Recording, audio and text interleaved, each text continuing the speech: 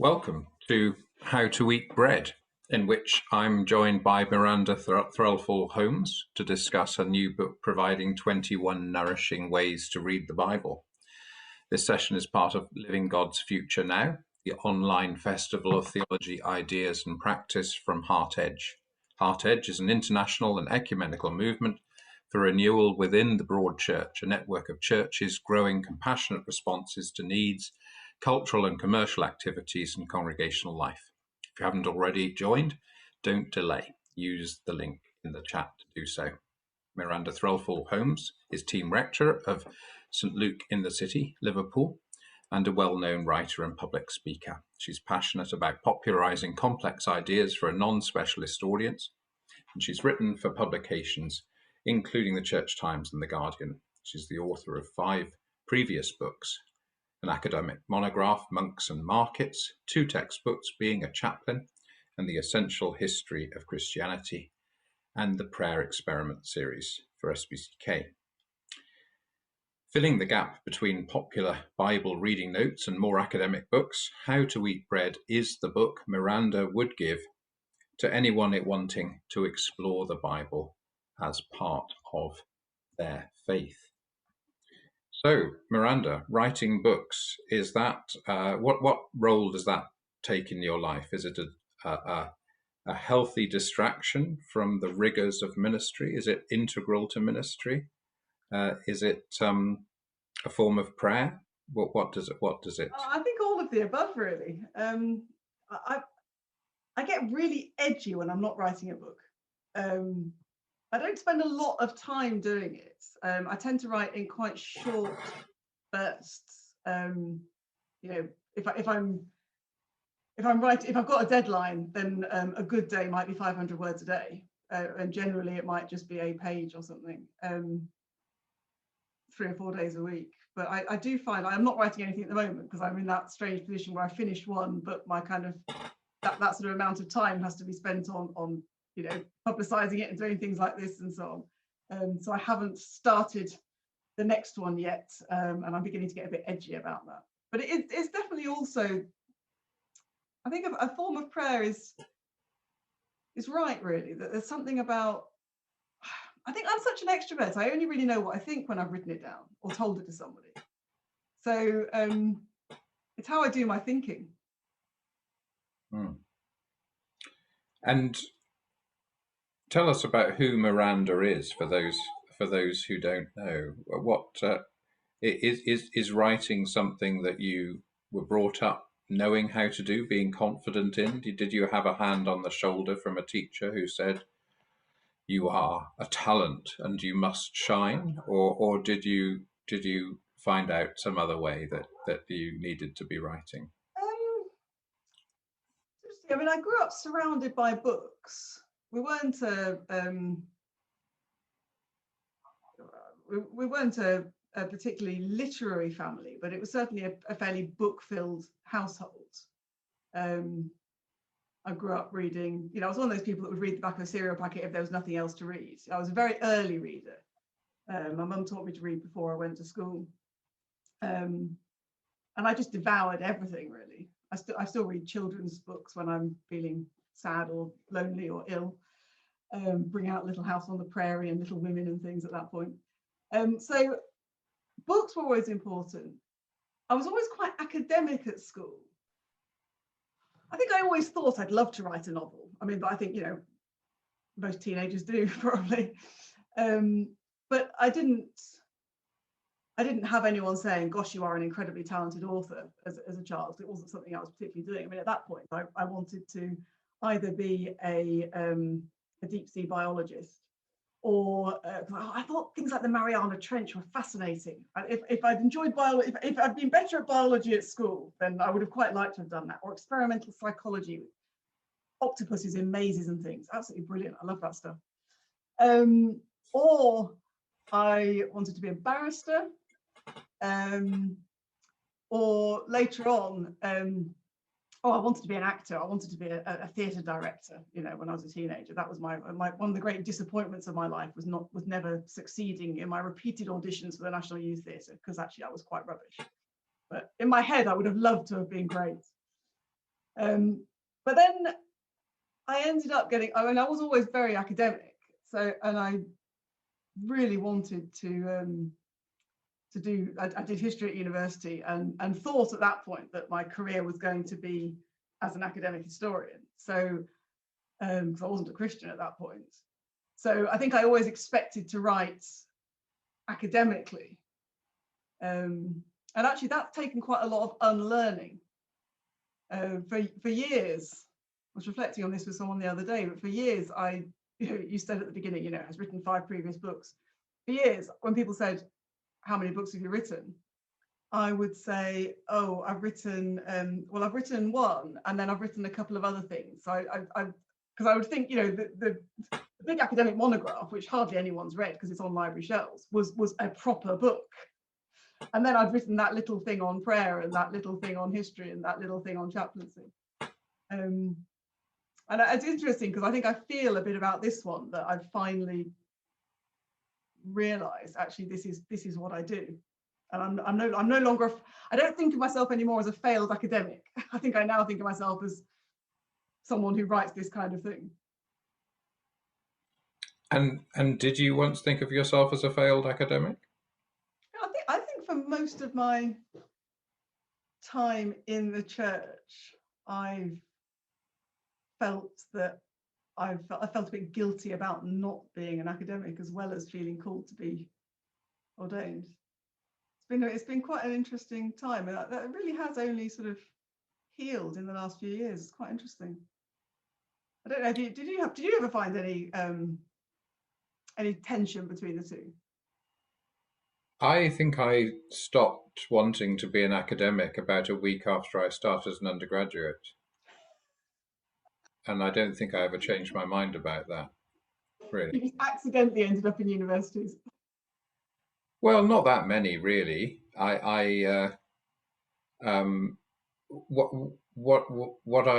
problem was that I like reading and I like writing, but I couldn't really be bothered with the teaching. And if you're going to be in a university, you need to enjoy the teaching. And I never felt a particular call to that.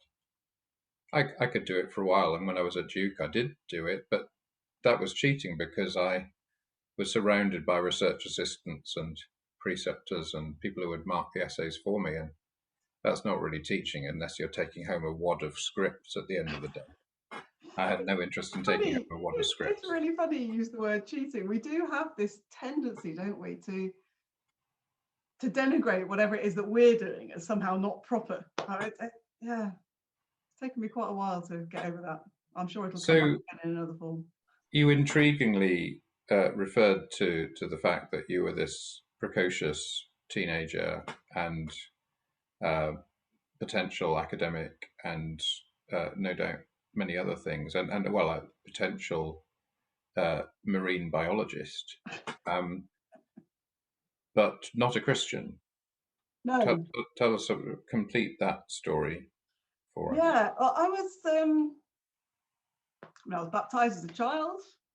I can remember learning the Lord's Prayer when I was about 5, when my younger brother was baptized, and I was, as I say, a very early reader, sitting down going, this is boring, Dad, between the pews in this old church. And he kind of passed down the Book of Common Prayer to me, found the Lord's Prayer and said, learn that.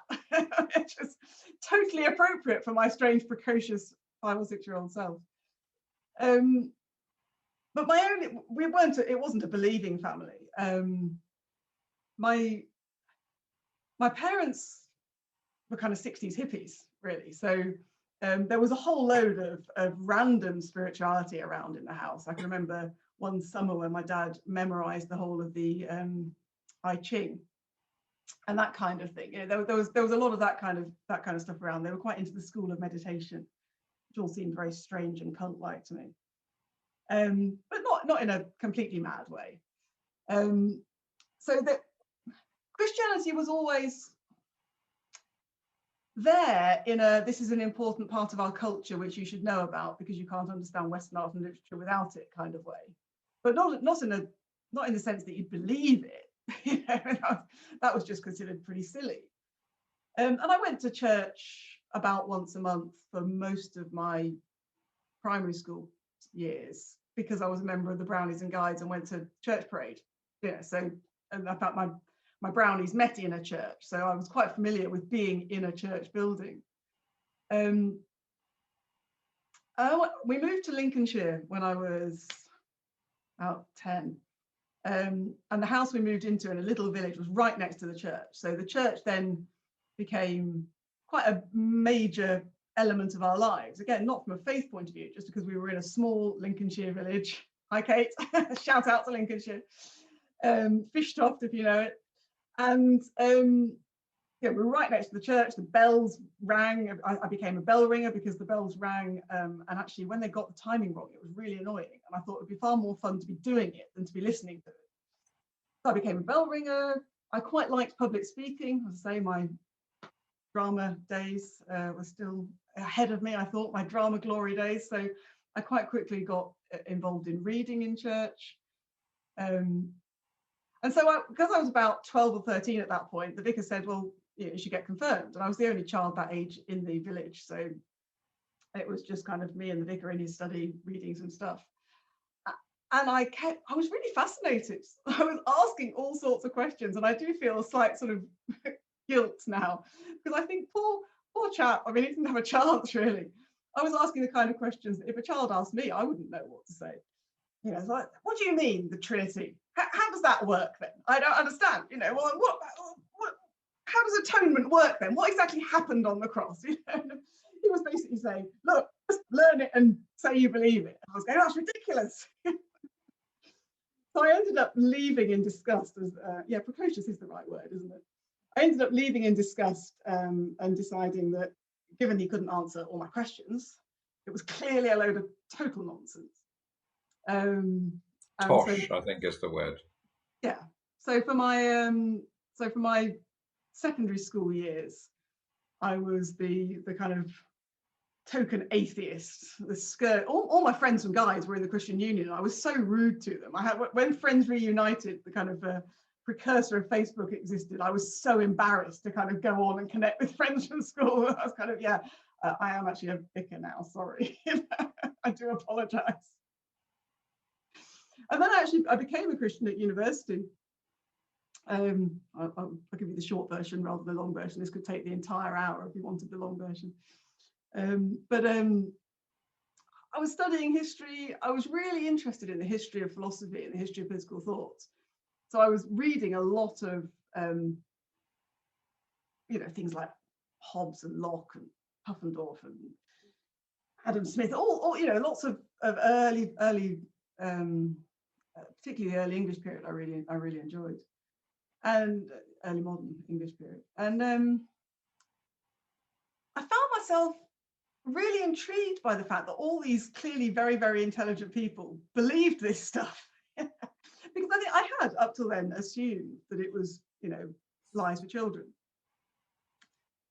So I got more and more interested in it.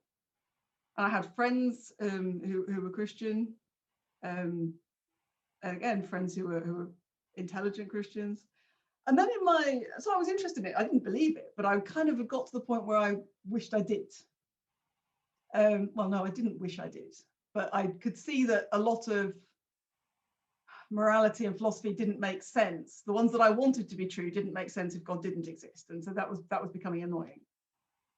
And then at the beginning of my third year, I had a conversion experience. There was one of those messy friendship situations where no one's speaking to each other, and it was all got into a big tangled knot. And I can remember lying in bed as a student and praying an embarrassingly incoherent prayer, which went along the lines of, "Dear God, if you exist, which you don't, but it would be quite good if you did, because then you could maybe sort this out because no one else can. And some of these people involved, they believe in you. Maybe you exist for them. That doesn't make sense." And I was just thinking, oh my goodness, Miranda, I cannot believe this is ridiculous thing to be saying. When I had the experience of God's presence, God just being there, and I kind of went, oh shit. I was so embarrassed. That was my overwhelming emotion. And then the next day I had to go and tell the college chaplain and ask for a reading list, which, rather wonderfully, my college chaplain at the time was Martin Percy, and totally got that and just gave me a reading list and said, come back when you've read them and want to talk about them, which was exactly what I needed at that point. You didn't ask him the questions you'd asked the vicar 10 years earlier. No, although I did discuss those with God. I mean, I spent hardly did any work that term. Spent all my time sitting in heifers reading books that I couldn't afford to buy. And I got really caught up on, I now believe God existed, but sorry, I got distracted by the chat thing. So I now believe God existed, but I couldn't get my head around Jesus. I couldn't get my head around the Trinity. I couldn't understand how Jesus could be both God and human. Didn't make sense. Doesn't make sense. And there was a particular moment that I really can pinpoint, which was almost like a second stage of my conversion. And I was walking across to the library to go to a lecture or take some books back or something. And literally walking along going, I don't understand. How can Jesus be both God and man? It doesn't make sense. And suddenly had the incredibly obvious revelation that, of course, I couldn't understand it. If I could understand it, it wasn't God. And I remember thinking, oh yeah, that's really obvious, isn't it? Oh, well, I suppose I'm a Christian then. Years later, when I read C.S. Lewis describing his conversion, he says he went on his way, the most dejected convert in all England. I thought, I absolutely get that. I totally get that. I was so embarrassed. Because then when you're at university, you have to go around saying to people, I've become a Christian, but not like that, don't you? I'm not one of those mad ones. I'm not going to ask you to text a toasty or, bring a crumpet to your door, that sort of thing. Yeah. It was quite embarrassing being a Christian at university. So by a curious journey, you found yourself in inner city Liverpool, and it doesn't get much more inner city than St Luke in the City, with not at all, Toxteth no. And sort of upper Toxteth and lower Toxteth, really, and not a place noted with, not a part of the city that's associated particularly with extensive literary tastes. So tell us about how those two fit together. Yeah, it's funny, isn't it? I was sent the profile for this job by one of the archdeacons who I knew, and asked to look at it. And I remember reading it, and I initially read it, and I thought, well, that's ridiculous. Why on earth would I go there? There are 3 buildings that are falling down. 2 barely viable churches. But I couldn't get it out of my mind, and I kept going back to it and going back to it. And in the end, I was sort of ringing people up and going, I can't get this out of my mind. I think maybe I should look at it again. And then we came over to have a look. I think Phil had come to a conference here years ago, but apart from that, I had never stepped foot in Liverpool. And we absolutely loved it. Just really love it. I mean, I love being in a city centre. I love that kind of vibrancy, and this is such a great, I love the kind of, I say this, then of course we're in the middle of a pandemic, but I love the restaurants, the theatres, the comedy clubs, all that kind of stuff. And I love city architecture and urban parks and things. I love the country as well, but I do love living in a city. So yeah, it's been absolutely great. And actually, I think in a way moving here goes back to what I was saying at the beginning about sort of coming to terms with who I am and what my kind of vocation, both as a priest but also as a writer, is, and that actually it's not to write things that are going to impress people with their literary merit and to have people say, oh gosh, how clever Miranda is. Actually it's to which is very much the kind of academic game that I had been playing and was playing quite well, to be fair to myself. But actually it's to write things that actually feed people, hence the title of the book, really. That sense of communicating. Actually, so many people seem to think that either the academic theology is for the rarefied few, and that has no connection with, inverted commas, the people in the pews. And that really annoys me, because most people aren't thick. Just because people haven't been trained in the jargon of academic theology doesn't mean they can't grasp the concepts if they're explained. I think it was Albert Einstein once said if he couldn't explain something to a child, then he didn't really understand it. And I love that challenge of having to actually think, no, I've got to really understand this, because I can't hide behind clever sounding jargon. I've got to really understand it to be able to communicate it to a primary school class, a secondary school class, the congregation of St Michael in the City. It's a brilliant challenge, and I do like teaching.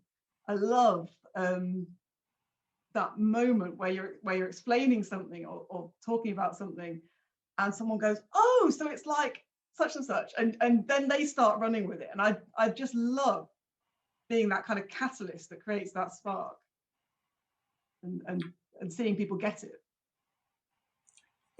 So you said earlier, hence the title of the book, but it was one of those hences that didn't, for me, hence. Great word, isn't it? Don't we love the word hence? It's almost as good as therefore. Yeah, it's almost, well, it's not quite as good as thence, but there it is. Gosh, a book. How wonderful. How appropriate. You just happen to have it handy. That's even better. That's fantastic. And another one in the background, How to Eat Bread, 21 Nourishing Ways to Read the Bible. So why bread? Pardon? Why bread? Why bread? Partly, because it has so many resonances. I love metaphors and the richness of them. I mean, I'm a not particularly accomplished poet. I just love. It's my favorite. I can see Laura there. It's my favorite way of preaching is to kind of go, oh, this is a weird metaphor, isn't it? Let's explore it. I love the way bread is an image. I mean, obviously there's all communion resonances and manna resonances and so on, but if we take those as read, I love the image of it being so basic. It's a symbol of basic food, isn't it?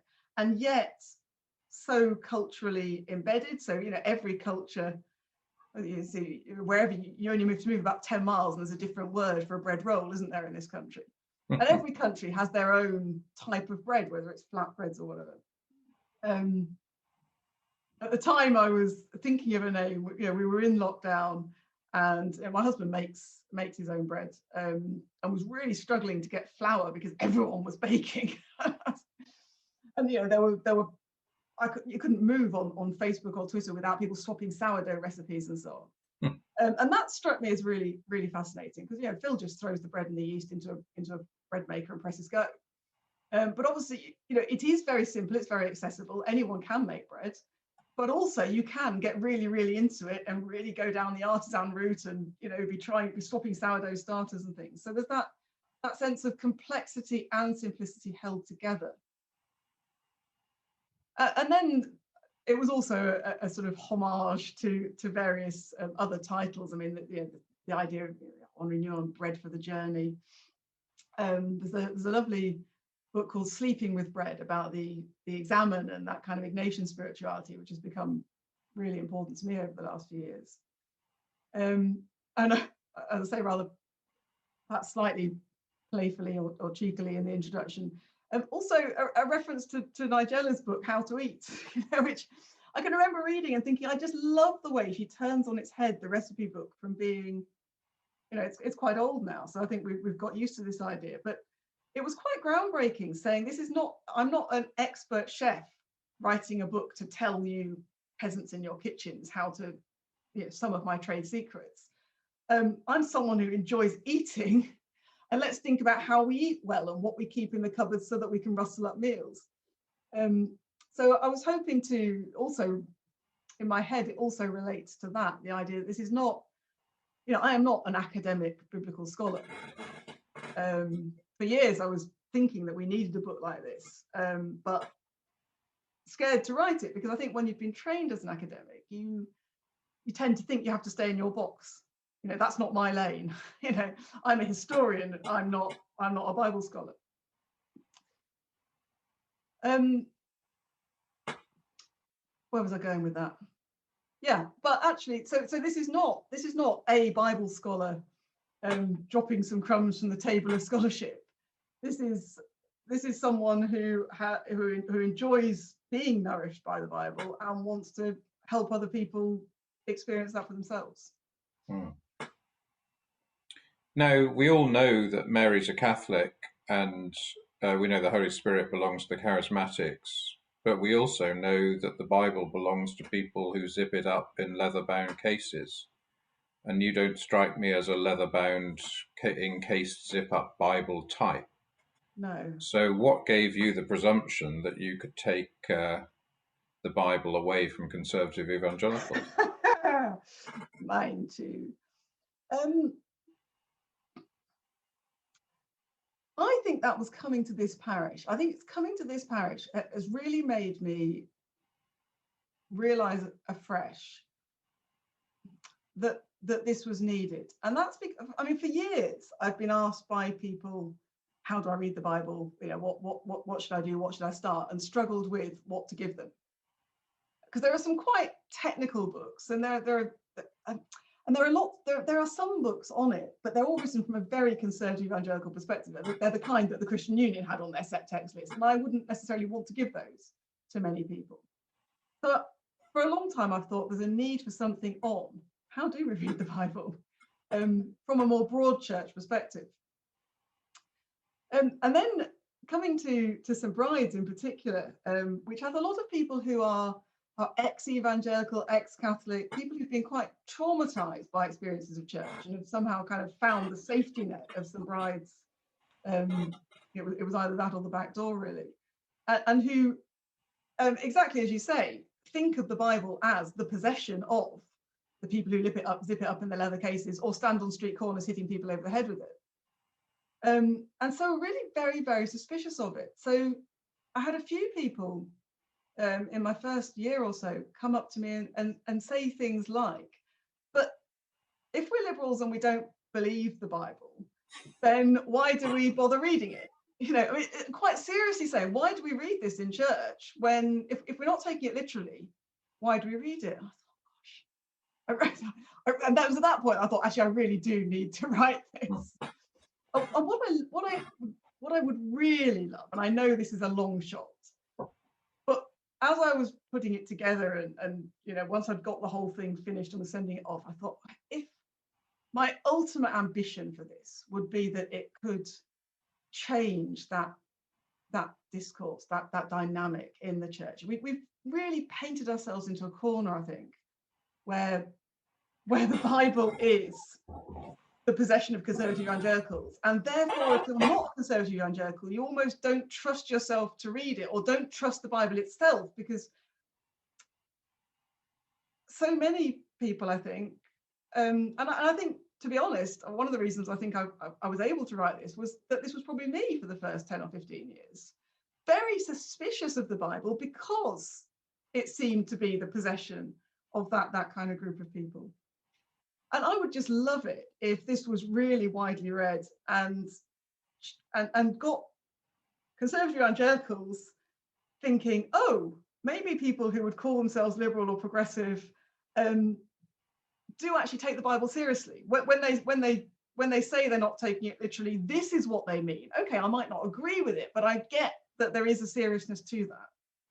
And on the, you know, kind of from the other extreme, perhaps, go, okay, this isn't something that you have to read literally or you're not taking it seriously, you know, which I think is the same concern, but from the other side, really. I'd love it if people went, oh, actually, yes, I see, I can use it. Thanks so much for that comment, Zena. I mean, we had in September, I think I was having a bit of a panic, to be honest, that I wasn't a Bible scholar, and was this going to be helpful? Was it right? Was the register right? Was the tone right? Was it going to work in Toxteth? And we had a small group of people from the parish and friends of people from the parish. About 20 of us met on Zoom and did a kind of short course trialing some of the chapters. Yeah, which was really helpful, and I did change quite a few things because they weren't quite hitting, and I realised I'd gone off on a tangent or something. But yeah, I always remember Zena. I hope you don't mind me saying I didn't see exactly what you said, but I always remember Zena saying, who grew up as a Muslim, saying, "You mean I'm allowed to be angry with God, and the Bible says that's okay?" Actually, that sort of thing is still news to people. So, I mean, you've talked about views of the Bible other than your own, and if I were to attempt to describe those briefly, hopefully without caricature, at least not deliberate caricature, they would be of a Bible that is more or less a rule book with some stories. Sometimes the rules are communicated by stories, and sometimes by lists of instructions. And there's a bunch of other stuff, but we don't need to worry about that too much. I mean, I guess there's a bit of caricature there, but you're describing something beyond that. Could you put in a few sentences without using the word "not," but just simply, expand and expound for us what the Bible is? I think it's food for thought. It's material for contemplation. I mean, for many years, I was planning on writing a big book about the Trinity, and I ended up, deciding not to. But I'd really come at that point to the view. I can't remember who this quote's from, but the Trinity is not a puzzle to be solved, but a mystery to be contemplated. And I think increasingly that's how I see the Bible. It's material for contemplation. The bits that make you angry may well be meant to make us angry. Maybe the point is that we're angry, and then that makes us think. The bits that are puzzling, I no longer worry about that. And I'll say this bit says this and this bit says this, and they're diametrically opposed. Fine, it's like the doctrine of the Trinity. It doesn't make sense. Contemplate the fact that strikes you as odd. What does that tell you? I think there's also a large element of a record of past spiritual experience.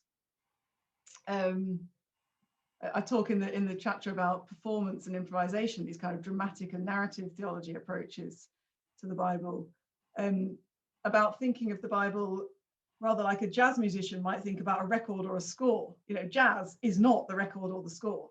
I'm not a musician, so this is very sketchy, but jazz is the improvisation.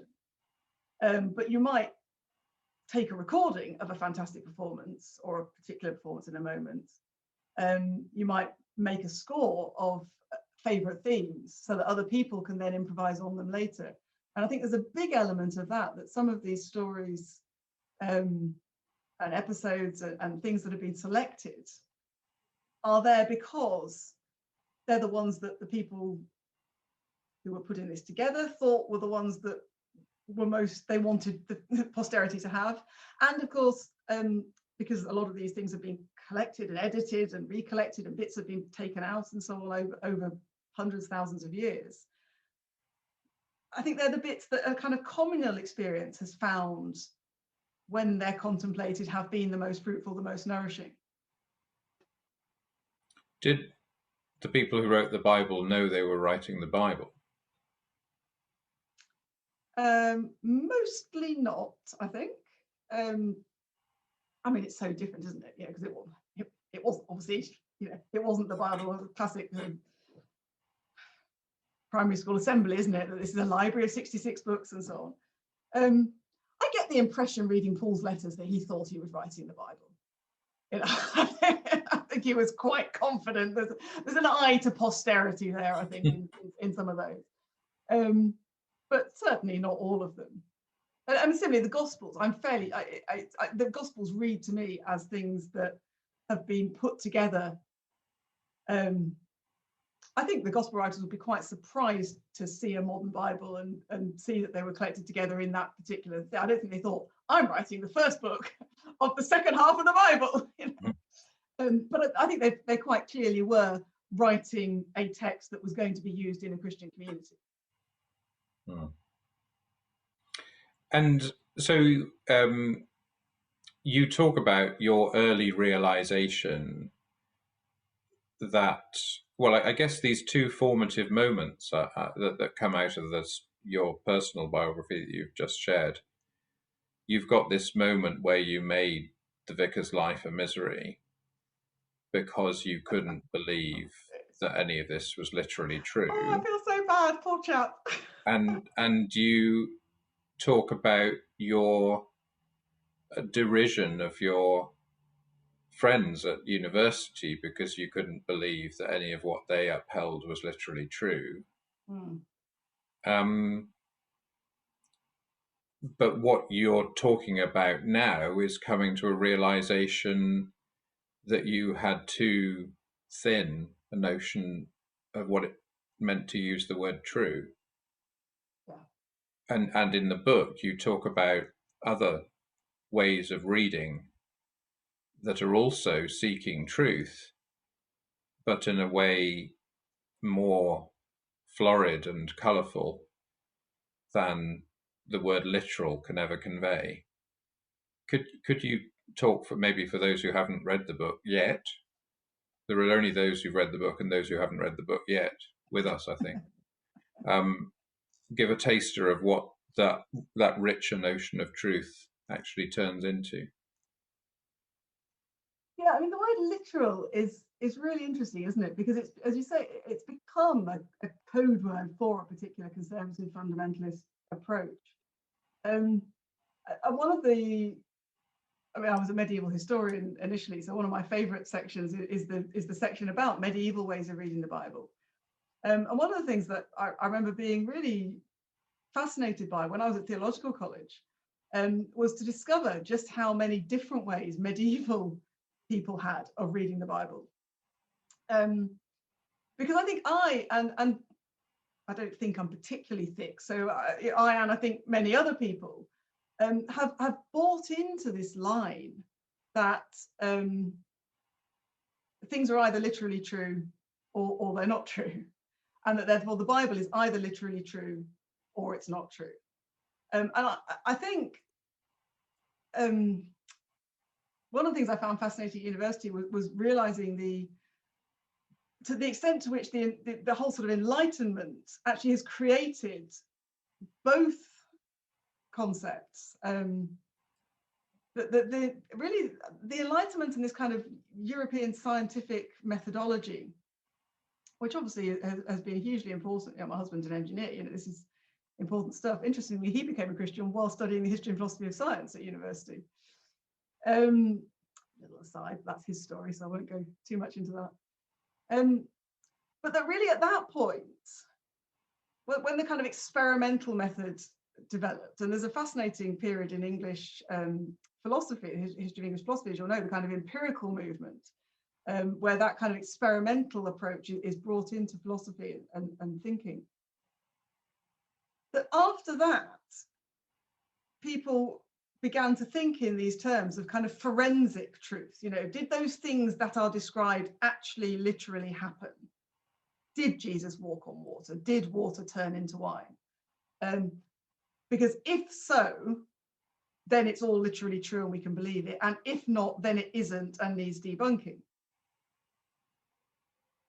And that both of those, even though they're kind of diametrically opposed, are actually both children of that Enlightenment period. And for most of Christian history, because you know that's more, you know, I'm a medieval historian, that's modern, you know, that's all post 1700. For most of Christian history, that the idea that those two were diametrically opposed would have been absolutely nuts, absolutely crazy to people. I mean, can I read a quote? It's not a quote from me. I love this. This is one of the early church fathers, Origen, I never know. Usually J, I think. Sure, there we are. Thank you. One of those things that I've only ever heard seen written. Origen, like origin but with an E. And you know, for people who think that everyone in the past, everyone for most of history has taken the Bible literally. They all thought the earth was flat. They all thought that they believed in a 7-day creation. And therefore, and I think this is one of the problems, I think therefore people who don't believe that now still have a sneaky suspicion that actually the conservative evangelicals are onto something. In a way, they've got the moral high ground. They deserve to own the Bible because they are with most of history. And those of us who don't take that sort of literal view have come up with a modern crazy idea. Well, this is what Origen says about the creation story. Who that has any understanding will suppose that the first and second and third day, with evening and morning, existed without a sun and moon and stars? And who is so foolish as to suppose that God, like a farmer, planted a paradise in Eden towards the east and placed in it a tree of life, visible and palpable, so that one tasting of the fruit by the bodily teeth obtained life? And if God is said to walk in the paradise in the evening and Adam to hide himself under a tree, I don't suppose anyone doubts that these things figuratively indicate certain mysteries, the history having taken place in appearance and not literally. So there's someone, in the first Christian century saying, obviously, like Molesworth, any fool knows this didn't literally happen. When did we let those who have a very fundamentalist view of the Bible lay claim to the idea that not having that is a modern invention that hasn't yet stood the test of time? Actually, having a literal view is the modern diversion. I just think that's so important, because suddenly it removes a certain amount of kind of, oh well, yeah, maybe we should be a bit apologetic about the fact that we are coming up with some potentially crazy new ideas, which most Christians haven't had. Suddenly you go, well, actually, this is how most people have always read this. It's incredibly liberating, because things like God commanding genocide and so on, it's horrific. But once you realize that for most of Christian history, people have gone, obviously, you take this figuratively, clearly God wouldn't have done that, so there must be some other meaning behind it. That's not helpful. That doesn't create love of God and love of neighbor. So we've got to think a bit deeper. And that's something Augustine said and Aquinas said. It's not just not the gospel according to Miranda. So in the book, you talk about specific ways. In fact, you introduce the reader to specific hermeneutics, as they're called, specific forms of interpretation, ways, different sets of spectacles, perhaps we could say, you can put on in order to read the same texts. Could you talk us? I mean, did you have in your mind a kind of matrix of the different ones of how they all, some are similar to each other, and you concentrate more on some than others? Could you talk us through a bit how you made your choices about where to put your focus and how they all relate to each other?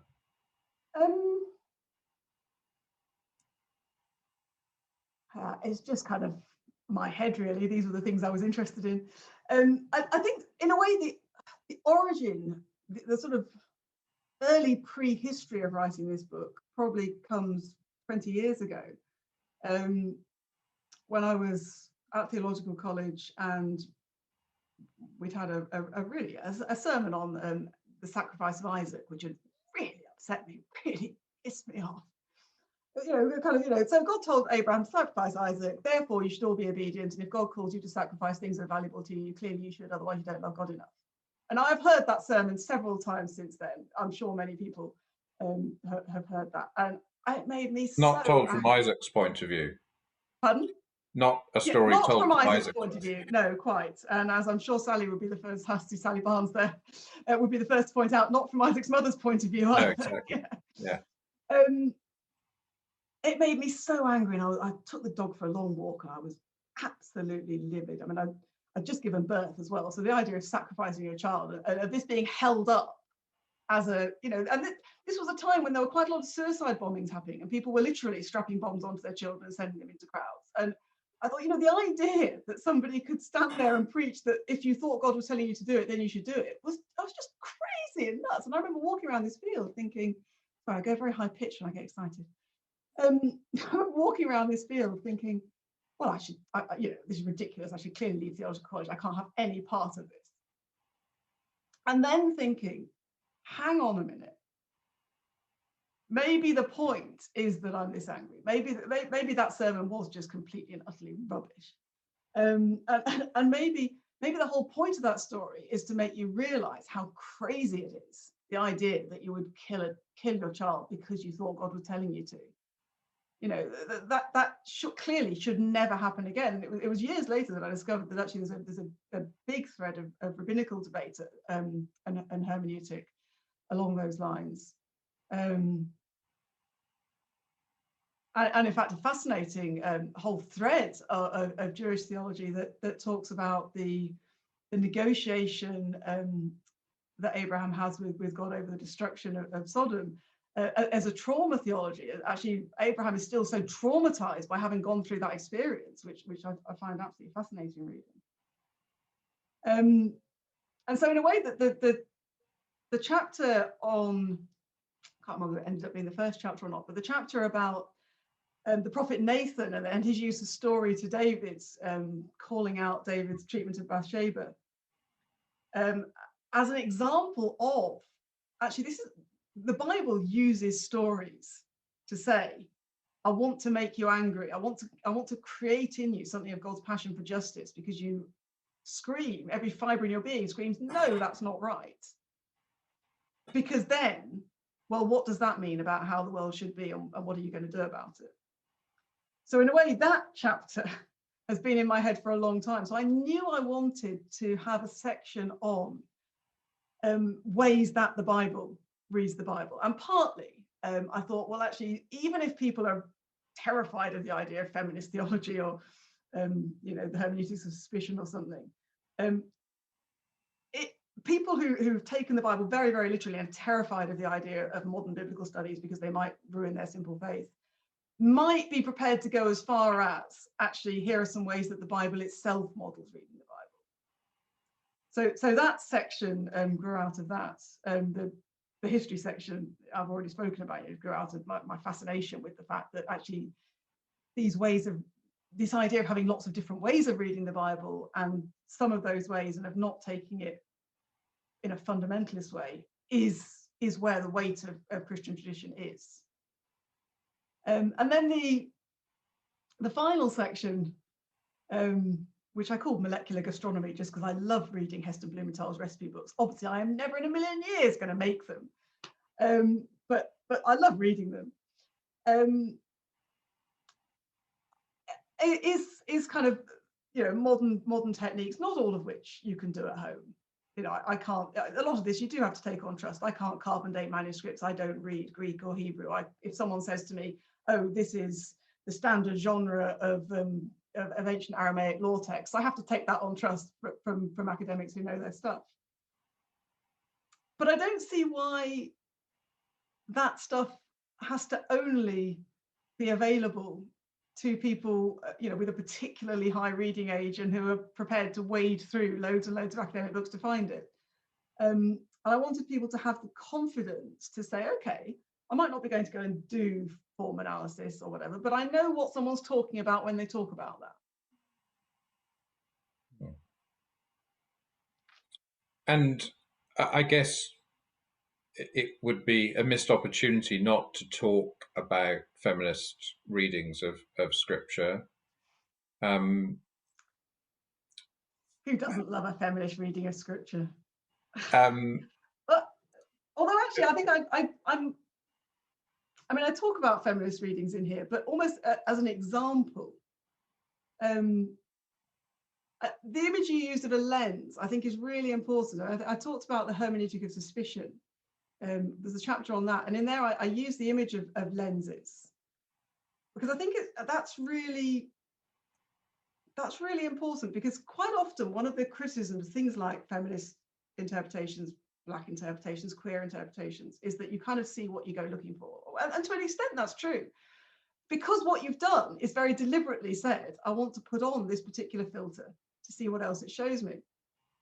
I don't think anyone else sees what they go looking for. I think that's just unique to liberation readings, isn't Yeah, it? but that's what I mean. Everybody else sees what's there, but these readings just see what they go looking for. I think it's Well, actually a bit more common phenomenon than that, isn't it? I think everyone sees what they go looking for. yeah, but it's one of the big criticisms Oh no, of I understand, but it's a criticism that's made without yeah. self-irony by those who make. Oh, absolutely. And you know, I mean, we all. Well, I mean, one of the key things that I say in the introduction, and I think one of my kind of fundamental assumptions behind the whole book is, you know, reading the Bible is a conversation between you and the text. So there's the text, but there's also you. And so what happens in that conversation is going to be very different. I mean, it's a core insight of the Ignatian approach to reading scripture, that, you know, you read it, and what happens, the way in which it's living and active for you in that moment is a combination between what's actually there in the text and the questions you've brought to it, the emotions you've brought to it, what context you're in, and so on. But I love the image of lenses, because as I was thinking about it, I think someone had said, "Oh, you're just putting on kind of pink spectacles to see your feminist thing," you know. I thought, well, actually, I don't know very much about this, but when you want to go looking for something in a photograph, so say you're a wildlife photographer or something, or you're doing nature photography at night or something like that, or you're doing some of this citizen science where you're looking for things in a galaxy, you deliberately put filters on. You deliberately put a filter on that, say, brings out the ultraviolet light, because then you can see the things that you wouldn't be able to see without that filter. So actually, I think that's an incredibly good image. Okay, we tend to think that we're wearing plain glass specs, as you say, and actually we're not. We need to accept that we're wearing rose tinted spectacles or green tinted spectacles or whatever. They are tinted by our own experiences and what we bring to it. And there's a discipline in deliberately saying, okay, I'm going to take those off and put on these ones and see what else I then see. Just like you might look at a Hubble telescope image if you're a scientist and go, okay, I'm going to look for this particular wavelength and see what that tells me. And then I won't be able to see the other stuff. I won't be seeing the whole picture, but I'll be seeing that. And then I'll look for this other wavelength. And so it seems to me that these liberation theologies are about doing that, about very consciously acknowledging that the glasses you've got aren't plain glass, and choosing to put on several other pairs in order to see what insights you then get, that then gives you a much fuller picture. So, question from Michael about Lectio Divina. Yes, it is.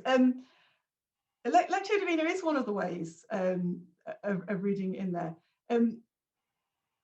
With perhaps a slight historic twist, not perhaps simply the read the passage several times and see what comes up that we might do in church.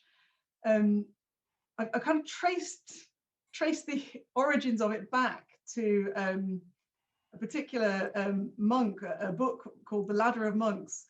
And what seems to have happened is that Lectio Divina was taught verbally within monasteries as a technique of reading scripture. And I can't remember what the date was now, but at some point this chap wrote down in a letter to somebody a description of the technique. And he also uses, I mean, so many of the medieval writers use images of eating and sucking, I mean, even like images like breastfeeding from Jesus and that kind of thing. I mean, wonderfully gutsy images about being fed.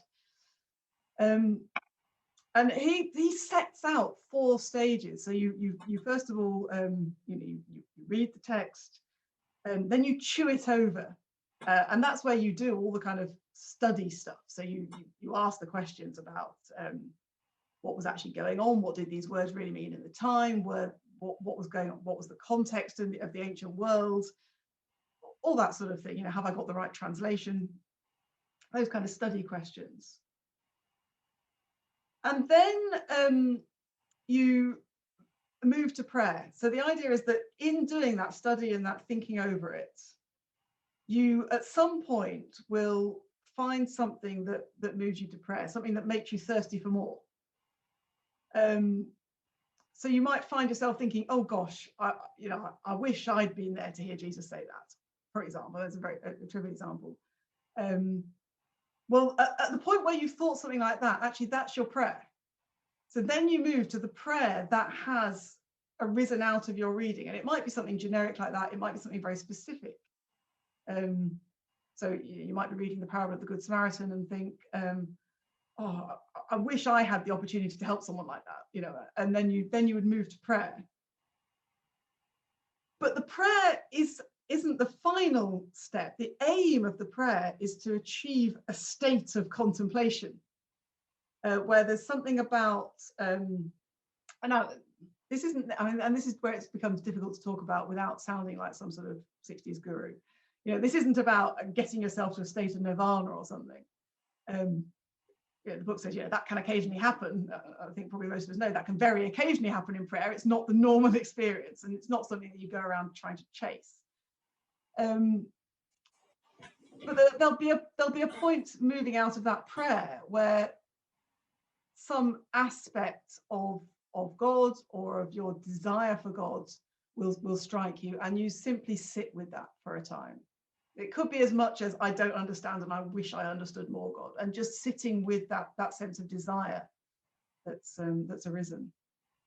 And I think that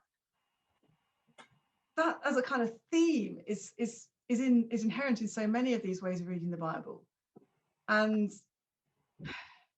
it's where I think this is so different from that idea that we started with of the Bible zipped up, protected, and as a rule book.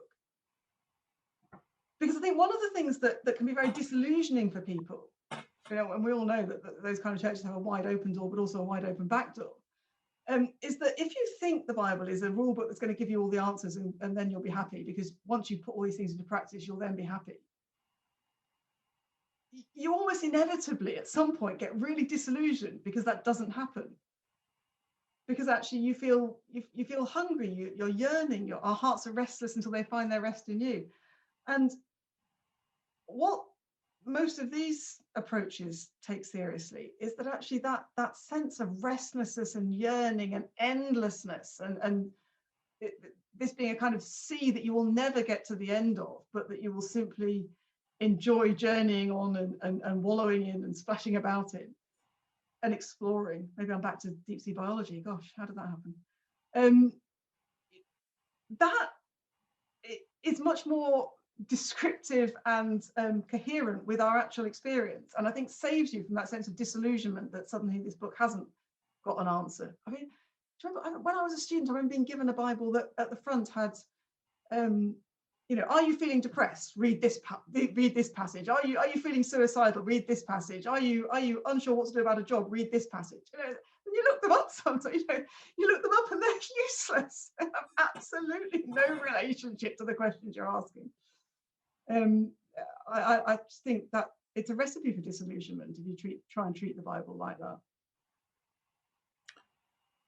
I'm afraid we've come to the end of our conversation. I'm going to remind the Zoom joiners that there are a whole lot of things in the chat, but to highlight two of them: the Mission Summer School. It's not too late to sign up for that. It's on Zoom, and you'd be very welcome to join us for that next week. We've been looking forward to it for a long time. Lots of people involved in making contributions to that. But also the latest in our, I'm not sure how you pronounce it still, it's a bit like the word, like origin you said earlier, Grace, with a G in brackets, Grace podcast from Azariah France Williams and Winnie Varghese and friends. The latest one has just come out, so do look out for that.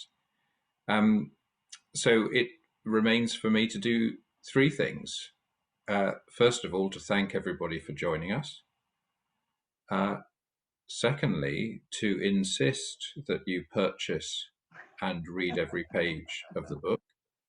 And third, to thank Miranda for being so honest and engaging and thrilling in describing it and being such a good example of what she speaks of.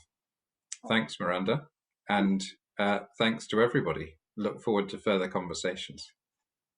Thanks. Bye, everyone.